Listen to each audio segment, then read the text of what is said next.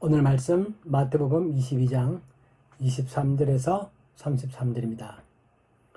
부활이 없다 하는 사두개인들이 그날 예수께 와서 물어 이르되 선생님이여 모세가 일렀으되 사람이 만일 자식이 없이 죽으면 그 동생이 그 아내에게 장가들어 형을 위하여 상속자를 세울지니라 하였나이다. 우리 중에 7형제가 있었는데 마지가 장가들었다가 죽어 상속자가 없으므로 그 아내를 그 동생에게 물려주고 그 둘째와 셋째로 일곱째까지 그렇게 하다가 최후에 그 여자도 죽었나이다. 그런즉 그들이 다 그를 취하였으니 부활 때 7 중에 누구의 아내가 되리이까? 예수께서 대답하여 이르시되 너희가 성경도 하나님의 능력도 알지 못하는 거로 오해하였도다. 부활 때에는 장가도 아니가고 시집도 아니가고 하늘에 있는 천사들과 같으니라. 죽은 자의 부활을 논할진대 하나님이 너희에게 말씀하신 바 나는 아브라함의 하나님이요 이삭의 하나님이요 야곱의 하나님이로라 하신 것을 읽어보지 못하였느냐. 하나님은 죽은 자의 하나님이 아니요 살아있는 자의 하나님이시니라 하시니 무리가 듣고 그의 가르치심에 놀라더라. 아멘. 안녕하세요. 잘 지내셨습니까? 추운데 감기 안 들고 잘 버티고 계세요? 코로나도 안 걸리시고? 여러분 부활을 믿으세요? 정말로? 예수님의 부활을 모두 믿죠? 여러분 자신의 부활을 믿습니까? 자신이 왜 갑자기 아멘이 줄어들었습니까? 중요한 것은 여러분 자신의, 나 자신의 부활을 믿는 것입니다. 예수님은 그걸 말씀하기 위해서 자신이 부활하셨고 우리들에게 우리 자신이 이 땅에서의 100년의 삶이 우린 길다고 생각하지만 짧다. 아주 영원한 삶에 비하면 굉장히 짧은 것이고 우리 이 땅에서의 삶을 통해서 이걸로 끝나는 게 아니라 그 뒤에 더 훨씬 더 높은 차원의 삶이 있다. 하나님은 원래 인간을 창조할 때 그런 목적으로 우리를 창조하셨다. 나를 그렇게 창조하셨다. 이 땅에 살아있는 것은 그 다음의 삶을 가기 위한 중간 과정이다. 그게 성경의 메시지인데 그걸 여러분이 얼마나 마음 가운데 확신하느냐라는 것입니다. 그게 어려운 이유는 우리가 경험해 보지 못해서 그렇습니다. 잘 모르겠다. 머리로는 이해가 되는데 피부에 와닿지 않는다라는 게 우리 부활이죠. 그러니까 예수님의 부활은 과거에 우리가 역사적으로 많은 논쟁과 증거를 통해서 그것이 확립되었지만 우리 자신의 부활에 대해서는 내가 가보자는 길이기 때문에 잘 모르겠다. 머리로는 믿습니다. 아멘. 근데 피부에 잘 와닿지 않는다. 내가 매일매일 살아가면서 어려울 때 힘들 때 나 나중에 내가 부활을 생각하면 그 모든 것들을 잘 견딜 수 있어야 하는데 그게 따로따로 묻다. 그런 거죠. 오늘 이 부활에 관한 얘기입니다. 오늘 알고 있는 것처럼 지금 예수님은 지금 마지막 주를 보내고 있는 것이고 화요일 날 논쟁이 계속 이어지고 있습니다. 예수님께서 3가지 비유를 통해서 그들에게 자기 자신이 누구인가를 말씀하셨는데 그들 역시 3가지의 질문을 가지고 와서 예수님을 곤혹스럽게 하려고 하고 있습니다. 우리 지난주에 봤던 것처럼 세금을 가이사에게 바치는 것이 옳습니까? 그렇지 않습니까? 그런 질문을 하셨고 오늘은 드디어 부활에 관한 문제를 가지고 나옵니다. 오늘 오는 사람들이 누구죠? 오늘 본문에 보면 사두개인들이 옵니다. 자, 사두개인은 어떤 사람들이냐? 우리가 모세 때 보면 모세형 아론이 첫 번째 제사장이 되는 거죠. 아론에게는 4명의 아들이 있었습니다. 그 중에서 4번째 아들 엘르아살, 그의 후손 중에서 사독이라는 사람이 있었는데 그 사독은 다윗 때 대제사장이었습니다. 그 사독의 후손들이 사두개인들입니다. 이름이 비슷하죠. 사독, 사두개인. 영어로 세두시스라고 부르는 사두개인들이 그 사독의 후예들이기 때문에 당연히 사두개인들은 대제사장들입니다. 그렇죠. 자기 선조가 그 계율을 따라서 계속 제사장이었기 때문에 사두개인들은 대제사장들입니다.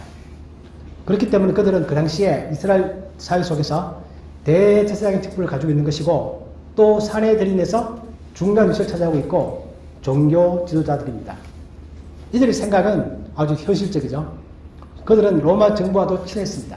친했기 때문에 로마 정부와 잘 지내고 미래보다는 현실에 더 뿌리를 박은 그런 삶을 살았습니다. 우리가 주제별로 보면 저번에는 가이사에게 세금을 바치는 게 옳으냐 아니냐 그렇게 말할 때는 누가 왔었죠? 헤롯 당원과 그리고 또 누구? 헤롯 당원과 바리새파 사람들이 왔죠. 양 대립되는 사람들이. 오늘은 부활에 관해서는 사두개인들이 온다는 것입니다. 같은 날 계속 다른 질문을 가지고 사람을 바꿔가면서 옵니다. 왜냐하면 사두개인들은 부활을 믿지 않습니다.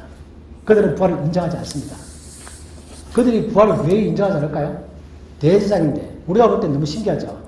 유대교를 잘 믿고 있는 그런 사람들인데 그 사람들은 부활을 인정하지 않는다. 왜냐하면 그들은 모세오경만 하나님의 말씀으로 인정합니다. 모세오경, 창세기, 출애굽기, 레위기, 민수기, 신명기 이 5권의 책은 하나님의 말씀이다. 그런데 그 외에 시편, 이사야서, 다니엘서 지금 우리가 열심히 보고 있는 그런 책들은 그들은 그 책 자체를 인정합니다. 좋은 책이지. 우리 인정해. 그러나 그 책은 하나님의 말씀은 아니야. 라고 생각하는 것입니다. 요즘 말로 하면 우리는 지금 성경이 몇 권이다? 66권이죠. 카톨릭에 가면 66권 외에 외경이 있습니다. 외경. 외경의 책들 카톨릭은 하나님의 말씀으로 인정합니다. 그러나 프로테스탄트는 그 외경은 좋은 책이긴 해. 우리가 참고할 만한 책인데 그러나 거기에는 하나님의 영감이 있어서 하나님의 말씀은 아니다라고 생각하는 것입니다. 현재 우리도 카톨릭과 개신교는 성경을 인정하는 범위가 다릅니다.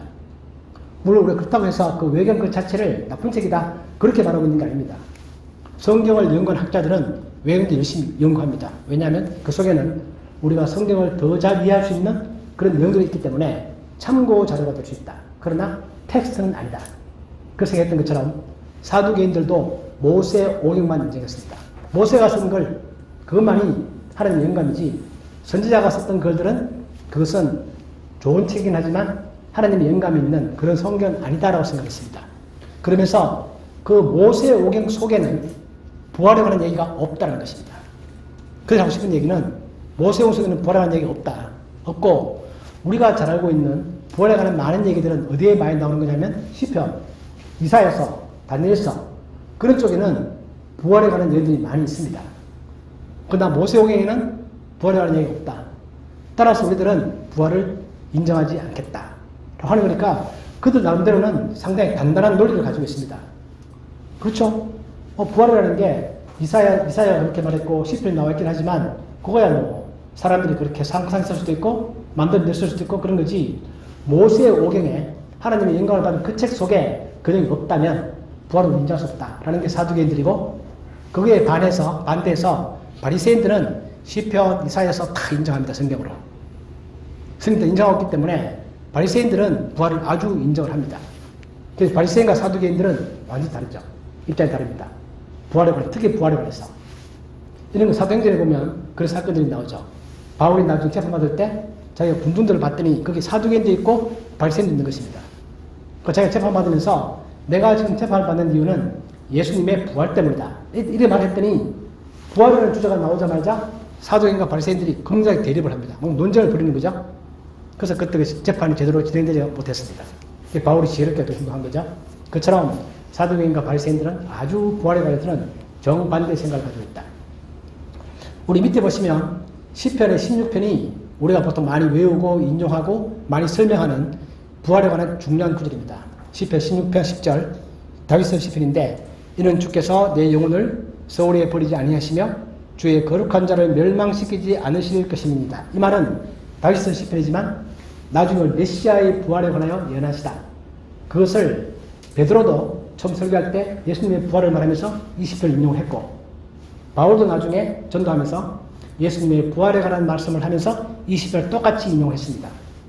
하나님께서는 베드로와 바울을 통하여 시편 16편의 내용들이 바로 예수님의 메시아의 부활에 관한 것이다. 라는 것을 두 번 강조해서 그렇게 말씀하는 거죠.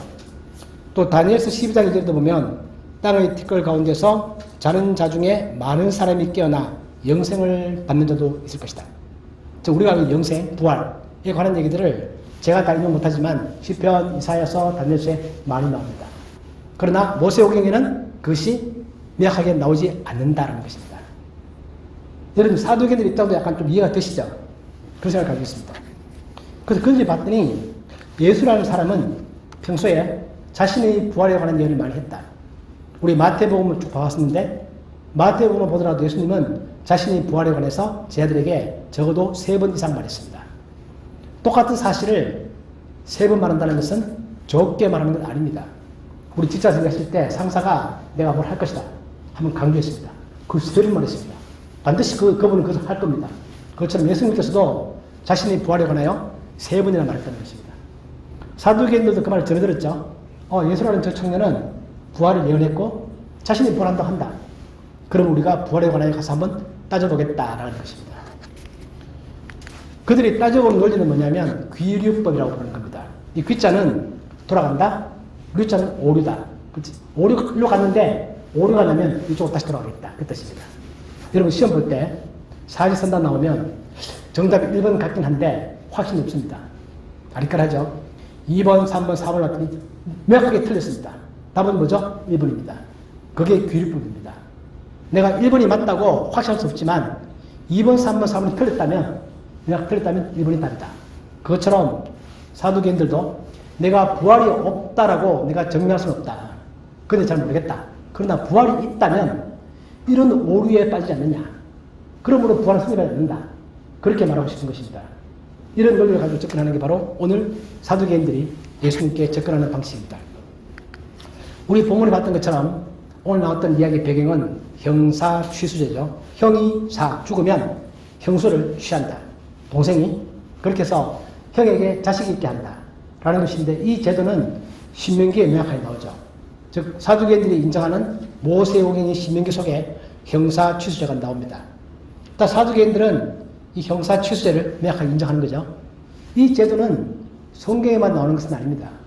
우리나라 과거 역사를 보면 옛날에 보면 어느 나라에서나 고대 때는 여성들이 경제적 독립이 없기 때문에 남편도 죽고 자식이 없으면 살아갈 수 없습니다. 그렇기 때문에 그 동생이 형을 대신해서 자식을 낳게 한다. 그 자식은 형의 자식이고 그 여자의 자식이다. 그리고 그 여성은 자기 아들을 의지해서 살아갈 수 있도록 여성을 배려하는 그런 제도입니다. 요즘은 그런 게 없죠. 없는데 그때는 그런 게 있었다는 것입니다.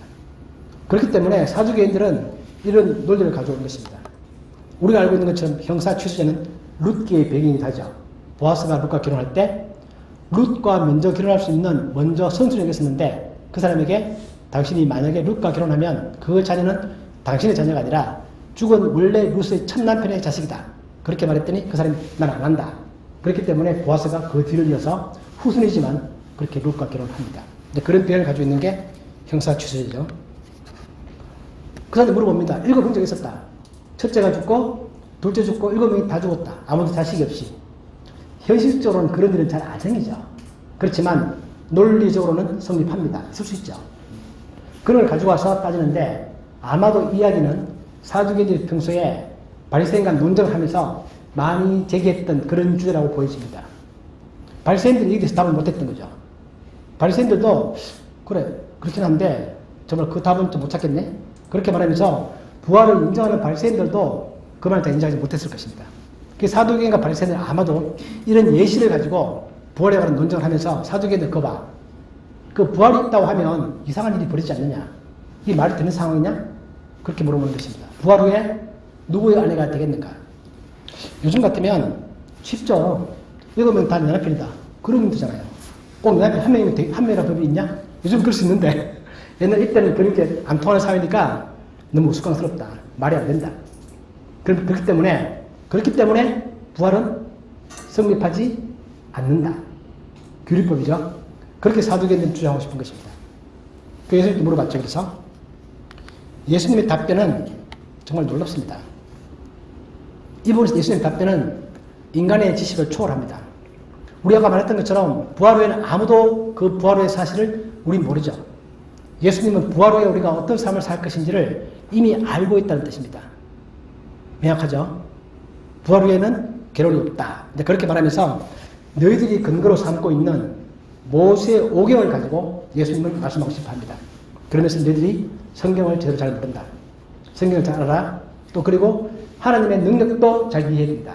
그렇게 말하면서 모세의 오경을 가지고 그들에게 가르칩니다. 그죠? 모세의 오경 보면 이렇게 말합니다. 죽은 자의 부활을 눈할진데 하나님이 너에게 말씀하신 바 나는 아브라함의 하나님이요 이삭의 하나님이요 야곱의 하나님이라 하신 것을 읽어보지 못하였느냐. 내 성경 읽고 있는 거지. 우리 그 구절을 다 알고 있습니다. 많이 봤습니다. 그래, 너희들 그 말의 의미를 아느냐? 이렇게 물어보는 거죠. 이거 마치 우리들에게도 같은 말씀 하세요. 우리 성경 열심히 읽죠, 여러분? 예수님 물어보십니다. 너 성경 열심히 읽지? 몇 독 했어? 한 10독 했습니다. 그래? 그 의미를 아느냐? 의미는 잘 모르죠. 읽긴 열심히 읽었는데, 그것처럼 예수님은 사두개인들에게 그렇게 말합니다. 자, 이 내용은 그들이 인정하는 모세오경, 창세기, 출애굽기 속에서 출애굽기에서 모세와 하나님의 만남에서 하나님이 자기를 소개할 때 했던 그런 말입니다. 그러면서 산자의 하나님이다. 이 말이 무슨 말이냐? 이게 아주 오묘하죠. 예수님 이렇게 말합니다. 하나님이 모세한테 말하기를 나는 아브라함의 하나님이다. 이삭의 하나님이다. 야곱의 하나님이다. 이렇게 말할 때 하나님이 나는 과거에 모세보다도 언제적 사람이죠? 아브라함은 한 400년 전 사람입니다. 훨씬 할아버지죠. 그 옛날에 내가 400년 전에 내가 그때 아브라함의 하나님이었다. 그때 내가 이삭의 하나님이었다. 그때 내가 야곱의 하나님이었다. 그렇게 말하는 게 아니다라는 것입니다. 하나님 모세한테 나는 현재 아브라함의 하나님이다. 그 말 속에는 현재 하나님이 살아있죠. 그 말 속에는 현재 아브라함이 살아있다 라는 의미를 담고 있는 것이다. 지금 그렇게 말하는 것입니다. 이게 아주 오묘한 거죠. 그래서 이거에 대해서 히브리 학자들이 실제로 구약 원전을 보고 이때 시절을 봅니다.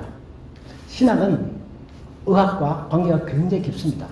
모든 신학은 다 의학에서 나옵니다. 저 단어의 의미가 뭐냐? 저 단어의 시제가 뭐냐? 저 단어가 주어가 뭐냐? 동사가 뭐냐? 목적어가 뭐냐? 이런 언어를 다루면서 우리가 알고 있는 모든 신학이 다 나옵니다. 삼위일체 어디서 나오는 거죠? 분명히 세 명이 말하는 것 같은데 항상 같고 주어가 뭔가 그런 것들을 우리가 표현할 때 삼위일체 표현하는 것처럼 성경은 신학은 언어에서 나옵니다. 지금 예수님 그 말하고 있는 것입니다. 히브리를 잘 봐라. 거기에는 하나님이 현재형을 쓴다. 우리 영어 성경에 보면 번역도 그렇게 합니다. 내가 과거에 아브라함의 하나님이었다. 밑에 여기 보시면 I was the God of 그렇게 말하는 게 Now I am. 나는 현재 아브라함의 하나님이다. 그렇게 말하는 것입니다. 그렇게 말하면서 이렇게 설명하면서 너희들이 성경을 잘 모른다. 아주 깊이 있는 가르침을 가르치는 거죠. 나는 현재 살아있는 아브라함의 현재 하나님이다. 그렇게 말하면서 예수님은 하나님은 이미 죽어버린 아브라함의 하나님이 아니라 죽은 자의 하나님이 아니라 산 자의 하나님이다. 예수님이 딱 단정적으로 말씀하시는 거죠. 그래서 사두개인들 그 말을 듣고 답변을 못합니다. 그러시면서 성경도 알아야 되고 하나님의 능력도 이해된다. 자, 그래서 중요한 가르침이 뭐냐면 부활 후에 우리의 삶은 현재 삶의 연장선상이 아니다라는 것입니다. 우리 보통 영생을 생각하면 내가 현재 살고 있는 거 계속 이어지는 거 아니냐, 죽지 않고. 물론 조금 좋아지긴 하겠지만 비슷한 같은 차원의 그런 삶 아니겠는가 라고 말하지만 예수님은 부활 후의 삶이라는 것은 현재 너희들이 살고 있는 삶과는 완전히 차원이 다른 것이다. 결혼이 없다는 것입니다. 그때 가면. 여러분 나중에 부활 후에 결혼 없는 게 좋으세요? 있는 게 좋으세요? 아마 호불호가 나눠질 거라고 생각합니다. 저는 옛날 젊을 때 이거 보면서 너무 낙담이 돼가지고 아니 부활 후에 결혼이 없다고? 무슨 재미로 살지? 결혼 후에도 부활 후에도 결혼을 했으면 좋겠다. 근데 없답니다. 그래서 단정적으로 말씀하시는 거죠. 이런 단정적 말씀 속에서 예수님은 그분이 정말 하나님이시거나 아니면 거짓말쟁이거나 둘 중 하나입니다. 우리가 보통 말하는 것처럼 예수님은 그냥 위대한 스승뿐이다. 그 말 승립하지 않는 게 여기서 예수님은 단정적으로 말씀하십니다. 부활 후에는 결혼이 없다. 예수님 자기가 가봤습니까? 어떻게 아세요 그걸? 그걸 안다는 것은 그분이 정말 초월적 지식을 가진 인간의 모든 결혼제도를 만드신 하나님이시거나 아니면 정말 거짓말을 하고 있거나 둘 중에 하나라는 거죠. 그러면서 이 땅에서의 결혼이라는 것은 우리가 알고 있는 것처럼 하나님은 우리들에게 결혼을 통해 뭘 가르치는 것입니까? 연합을 가르치는 것입니다. 삼일체에 관하여 배우는 것입니다. 부부는 둘이지만 한 몸이다. 자녀는 부부가 정말 그 누구도 만들어낼 수 없는 절대로 나눌 수 없는 공유하는 것이 부부다. 그래서 이 땅에서의 결혼은 그런 연합이라는 것이 무엇인가를 가르치는 것이지 우리가 연합을 충분히 배웠다면 부활 후의 삶에서는 결혼보다 훨씬 더 높은 차원의 지금 우리 이건 모르죠. 높은 차원, 놀라운 차원의 뭔가 연합이라는 것이 있을 것이다. 상상컨대 마치 삼위일체 하나님이 세 인격이면서 한 분 하나님과 같은 그런 뉘앙스가 많이 생겨 나오거든요. 그렇기 때문에 그런 식의 연합을 부활 후에는 가지게 될 것이다. 그렇게 말합니다. 그래서 예를 드신 게 뭐냐면 천사를 예를 듭니다. 천사들은 결혼 안 하지. 천사는 남성과 여성이 없다. 그렇게 말하는데 우리가 나중에 부활하면 천사와 같이 된다는 그런 뜻은 아닙니다. 한 예시일 뿐이고 우리는 아마도 천사보다도 더 높은 존재.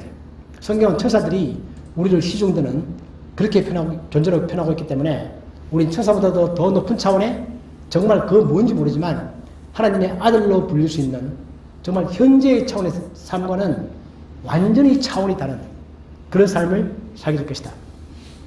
영생이라는 것도 시간이 흘러가면서 계속 흘러가는 게 아닙니다. 영생이라는 것은 시간의 개념 그 자체가 없습니다. 그렇기 때문에 우리는 잘 모르죠. 그러한 삶을 살아가는 게 부활의 우리의 삶이다. 하나님은 그런 것들을 만들어내시는 분이다. 그래서 너희들이 하나님의 능력도 잘 모른다. 너희들은 단지 그냥 부활 후의 삶이라는 것이 이 땅에서의 삶이 연속 선상이다라고 하기 때문에 부활 후에 누구의 아내가 되겠는가? 그런 질문을 하지만 그 질문은 어디까지나 현세적 차원 속에 머물러 있는 질문이다. 그걸 뛰어넘는 질문에서는 그 질문이 성립되지 않는다. 그렇게 답을 하십니다. 이런 답들은 사도행전도 그렇고 그때 그 주변에 모여서 그 논쟁을 듣고 있는 바리새인들도 와 있었습니다. 바리새인 중에는 성경을 열심히 연구하는 성경학자들 누구죠? 서기관들도 와 있었습니다. 다 듣는 거죠. 기가 막혔답니다. 성경에서 저런 말씀이 성경이 정말 있었단 말인가? 우리 출애굽기에 그 말씀이 그런 뜻이었다고? 정말 놀랍니다. 우리가 저번에도 봤던 것처럼 예수님 답변은 그 현실적인 자기를 옳아매려고 하는 거기서 벗어나는 정도에서 끝나는 것이 아니라 그들이 전혀 알 수 없는 성경의 깊은 진리를 가져와서 그들에게 뭔가 깨우침을 줍니다. 이런 것들은 우리가 정말 생각하면 생각할수록 매주일마다 저도 말씀을 묵상할 때마다 더 점점 더 그 놀라움에 사로잡힙니다. 야, 예수님 정말 그런 분인가? 예수님 정말 하나님 맞는 것 같은데? 알고 있었고 믿고 있었지만 피부로 느껴집니다. 이런 걸 볼 때마다. 그래서 실제 바울도 그렇게 말하죠. 바울에게 물어보는 고린도 교회 사람들에게 부활 후에는 현재 우리 몸과는 차원이 다른 법이다. 서로 알아볼 수 있습니다. 그건 성경은 우리 이름 천국 가면 저는 이름 다 알아봅니다. 알아봅니다. 저는 몰라본다 그건 아니고 알아보는데 아무튼 현재 몸과는 전혀 차원이 다른 예수님이 가졌던 부활 후의 몸, 시와 공간을 초월하는 그런 몸을 갖는다. 그게 바로 우리들에게 말하고 있는 그런 몸들이다라는 겁니다. 그래서 밑에 누가복음에 보면 같은 사건을 다루고 있는 오늘 마태복음에서는 그냥 단순히 무리가 듣고 그의 가르치심에 놀라더라 그렇게 말하지만 같은 사건 다루고 있는 누가복음에는 서기관 중 어떤 이들이 서기관 제가 말씀드렸죠. 성경 학자들입니다. 국에 관한 그 당시에 최고의 권위자들 그 사람들이 말하되 선생님 잘 말씀하셨나이다 하니 그들은 아무것도 감히 더 물을 수 없습니다. 서기관들이 봤더니 나도 구약 열심히 연구한 학자인데 예수님 저 청년의 말을 들었더니 진짜 그렇다. 그 말에 대해서 반대의 논리를 펼 수가 없다는 것입니다. 산자 하나님 현재 아브라함이 살아있다고 예수님 그렇게 말씀하시니까 아브라함 눈이 보이지 않지만 이때 살았지만 살아있는 존재로서 아브라함 살아있는 자의 하나님 이라는 것에 대해서 그 누구도 반박할 수 없었다. 이런 초월적 지식을 가진 분이다. 라는 것에서 그들은 정말 입을 닫고 더 이상 감탄할 수밖에 없는 그런 게 오늘 또 이 논쟁의 중요한 내용들입니다. 우리의 말씀을 정리하면서 제가 서두에 봤던 것처럼 나 자신의 부활을 정말 내가 믿느냐는 것입니다. 믿는다면 그 근거는 무엇이며 내가 믿지 않는다면 또한 그 근거는 무엇인가? 그리고 부활 후의 삶이 어떤 삶일까? 우리 지금 제가 설명드렸던 것처럼 머리로서는 그런 것 같은데 체험해보지 않아서 도저히 이해할 수 없는 정말 궁금한 것 투성인 그런 삶이죠. 그런데 분명히 하나님은 명확하게 그렇게 있다라고 말씀하시고 그 증거로 예수님의 부활을 보여주셨다. 그러면 그 부활이라는 것이 나중에 주어질 것인데 그것이 현재 나의 삶에 어떤 의미를 갖는 것인가? 성경도 그 부분에서 명확하죠. 바울은 고린도전서 15장에서 부활을 다 말하고 난 다음에 결론은 그러므로 결론입니다. 그러므로 흔들리지 말라. 현재 삶에서 어려움과 고난이 있겠지만 결코 흔들리지 말라. 그렇게 말하고 고린도서 4장 16절에서도 우리가 낙심하지 않는다. 이 말은 뭐냐면 낙심할 일이 많이 생긴다는 뜻입니다. 성경 우리들에게 흔들리지 마라, 낙심하지 말라. 그 말 왜 하겠습니까? 우리가 흔들리고 있고 낙심하고 있다는 증거죠. 그렇기 때문에 낙심하지 말라. 우리의 그 사람은 낡아진다. 우리 몸은 늙는다. 그러나 속 사람은 날로 새로워지고 요 바로 다음에 이어지는 구절을 보면 그래서 우리가 관심을 갖는 분야는 눈에 보이는 게 아니다. 눈에 보이지 않는 것이다. 현재의 삶에서 작은 고난들이 나중에 정말 크고 영원한 영광을 우리에게 이루는 것이다. 눈에 보이는 것은 잠깐이고 보이지 않는 것은 영원한 것이다. 이 말씀이 바로 뒤에 따라 나옵니다. 즉 부활을 말하는 것이고 부활의 삶을 말하는 거죠.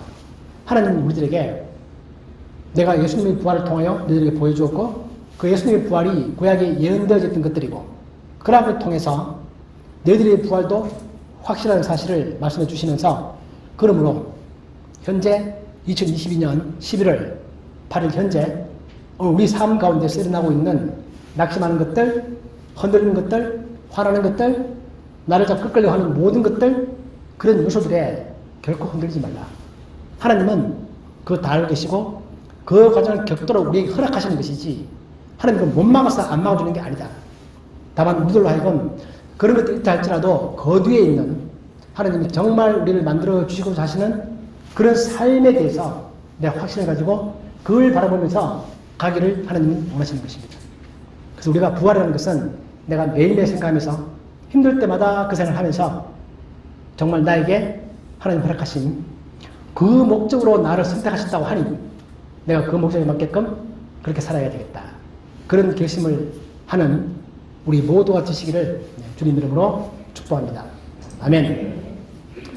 하나님 아버지 참으로 감사합니다. 우리를 선택하시고 우리에게 부활을 주시고 부활의 영원한 삶을 주신다고 약속하신 것을 참으로 감사합니다. 하나님 우리가 이 말씀에 근거해서 오늘을 살아가는 저희들이 되게 하여 주옵소서. 그 미래를 바라보며 영생을 바라보며 현재 내가 나의 삶도 열심히 성실하게 건강하게 결코 흔들리지 않고 결코 낙심하지 않고 살아가는 저희들이 되도록 인도하여 주옵소서. 우리들의 가슴 가운데 잘 느끼지 아니하는 이 부활을 우리가 말씀을 통하여 더 잘 느껴줄 수 있도록 우리에게 은혜를 베푸시옵소서. 예수님의 이름으로 기도합니다. 아멘.